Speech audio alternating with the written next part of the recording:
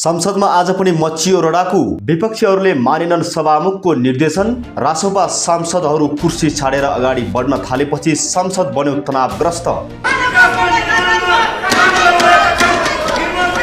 विगत 2 हप्तादेखि लगातार अवरुद्ध हुँदै आएको संघीय संसदको बैठक आज पनि भारी अवरोधका साथ तनावपूर्ण ढङ्गले अवरुद्ध भएको छ। मानव तस्करी प्रकरणमा गृहमन्त्री रमेश लेखक विरुद्ध छानबिनको माग गर्दै विरोधमा उत्रिएका राष्ट्रिय स्वतन्त्र पार्टीका सांसदहरूले आजको प्रतिनिधि सभा बैठकमा समेत तीव्र नाराबाजी गर्दै प्रदर्शनहरूले निर्देशन नमानेपछि संसदमा थप तनाव उत्पन्न भएको छ।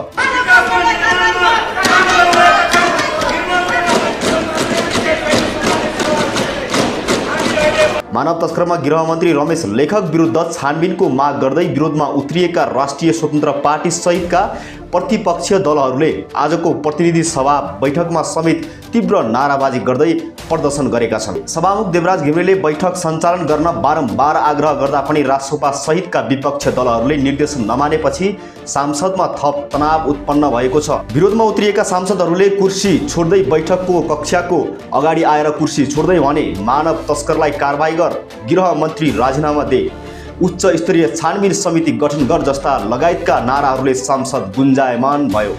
सभामुखले बैठक स्थगित गर्ने चेतावनी दिँदै सांसदहरूलाई आफ्नो ठाउँमा बस्न आग्रह गरे पनि प्रतिपक्षीय दलहरूको आक्रोशित नरोकिने देखिएपछि संसदमा थप तनावको अवस्था सिर्जना भयो।